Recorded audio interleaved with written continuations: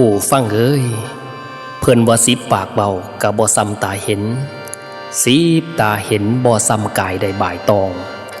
ฝากกระบองจักสิบเล่มเฮืองแสงแจ้งกะยา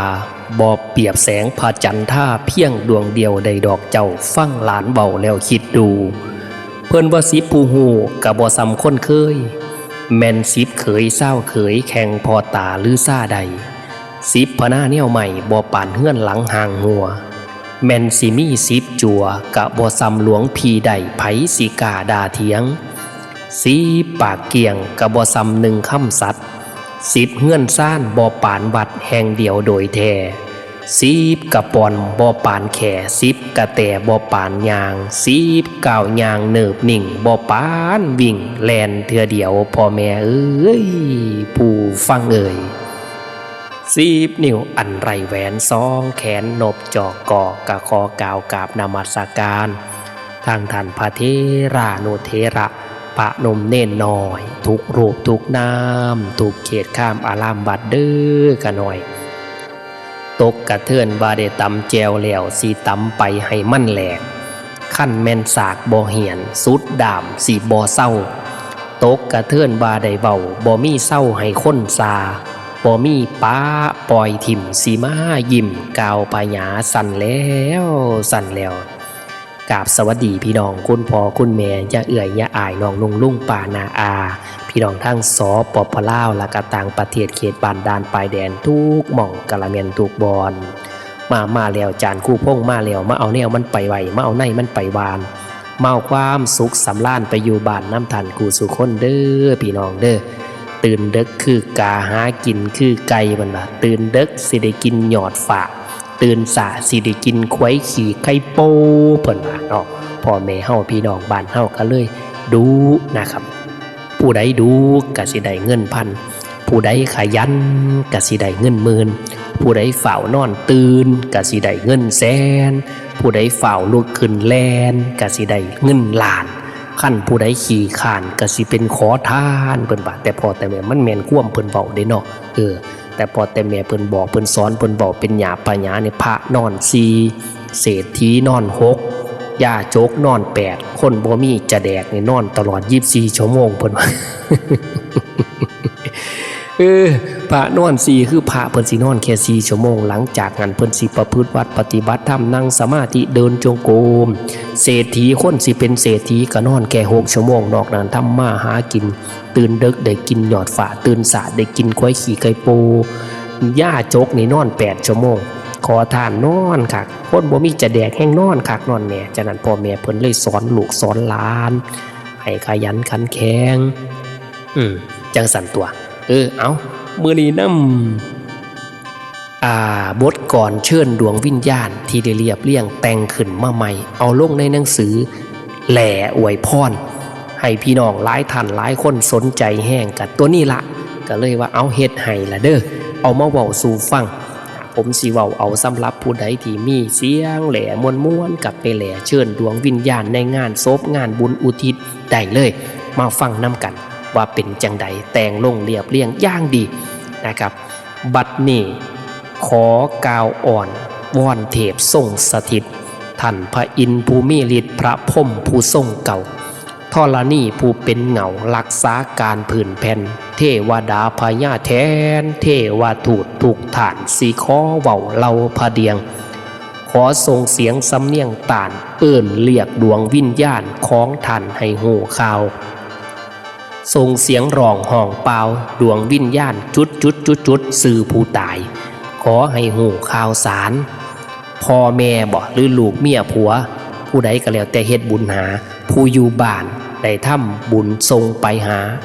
อุทิศสาผลทานทรงไปหาวิญญาณเจ้า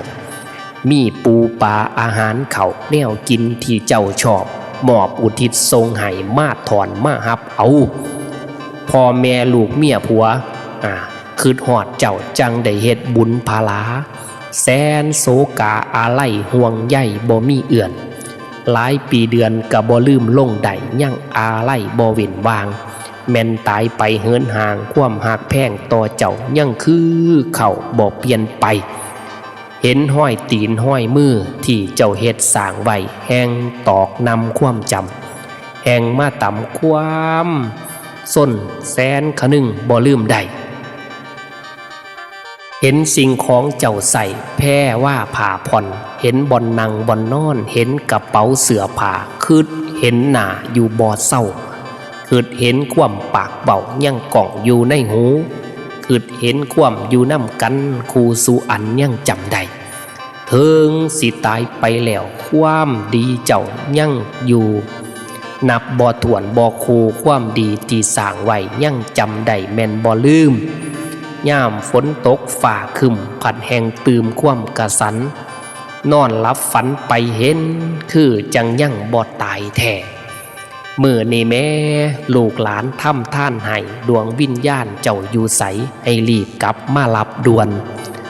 มารับผลรับส่วนบุญกุศลมื้อนี้อย่าล่อสาถาอยู่ดนให้ได้วิทย์ได้พ้นจากนรกอเวจี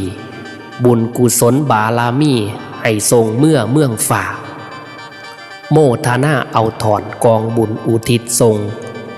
มารับส่วนอานิสงส์แล้วให้ขึ้นสู่ฝ่าวิมานแก้วแซวดาวมาไว้มาฝ่าวมารับเอาของท่านมีทั้งข้าวทั้งหวานเครื่องกินนอกของใส่มาไว้มาเอาถอนมีทั้งศาสตร์และหมอนแพร่ผ่านาเสือมีทั้งปลาและเนื้อแกงต้มดอกพองซ้อยมีทั้งลาบและก่อยแสบอร่อยของเจ้ามักแสบนัวกับลวกพักปนปลาหีบมาคุยหีบมาลุยมาจำสดแกงปลาสุกใหม่สดต้มไก่ห่อนเอามาตอนแต่งใส่ผ้า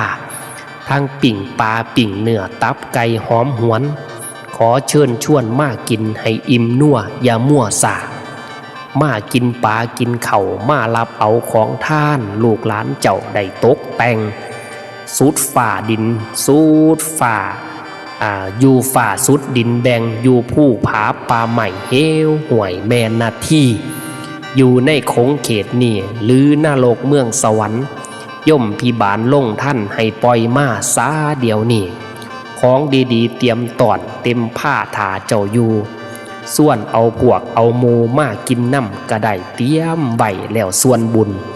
มีข้าวปาดข้าวปุ่นหมากองุ่นสมเขียวหวานได้ทำท่านทั้งขนมนมเนยแจวบองพวกปลาลามาหีบมาดวงวิญญาณมาเอาถอนโมทนาย่อเยินสาธุการส้มซืนขึ้นสวรรค์สันฝ่ายามากลัวดอกมูค้นลูกหลานขอกราบก้มน้อมทรงดวงวิญญาณให้ซื้อผู้ตายจุดไปสถานวิมานแม่นแดนเมืองฝ่าถ้าศาสนามีจริงขอเกิดรวม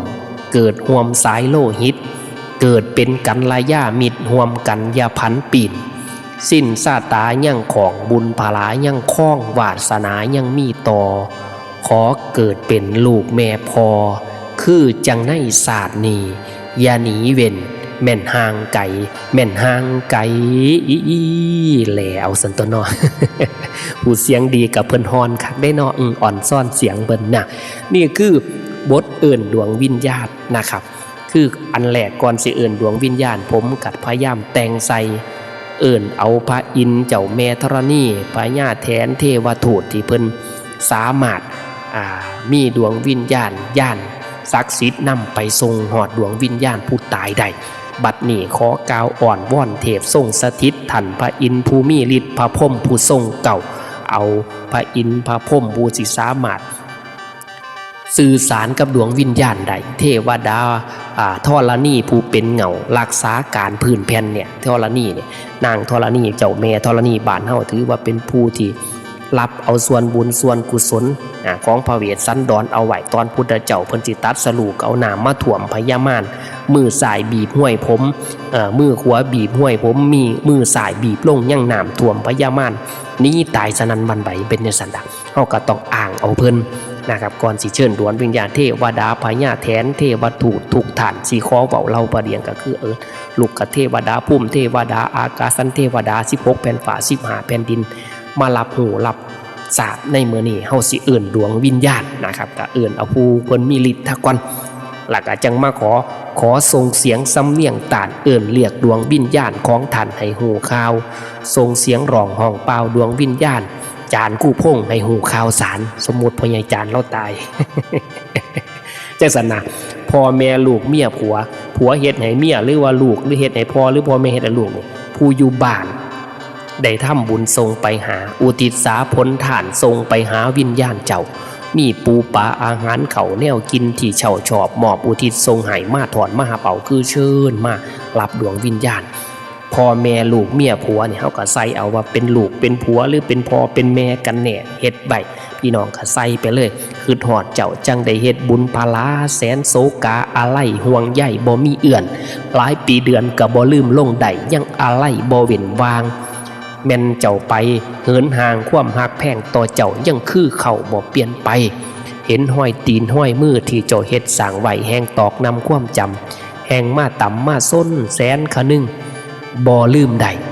เห็นสิ่งของเจ้าเฮ็ดใบแพร่ผ้าผ่าผ่อนเห็นบ่อนนั่งบ่อนนอนเห็นกระเป๋าเสื้อผ้าคือเห็นหน้าอยู่บ่เศร้าแนวผู้อยู่เนาะคือเห็นว่าพ่อแม่เคยอยากเคยกินเคยนั่งเคยนอนเคยใส่เสื้อผ้าอาภรณ์มองจังสันก็คือเห็นแม่นบ่คือเห็นความปากเบายังกล่องอยู่ในหูคือเห็นข้าวอยู่น้ำกันครูสุอันยังจำได้คือเห็นคำปากคำเบาจ้าจีจ่วยตยว้ยนกอ่วงอย่างมงกินเขาห่วมผ้าป้าห่วมถวยก็คือหอดกัน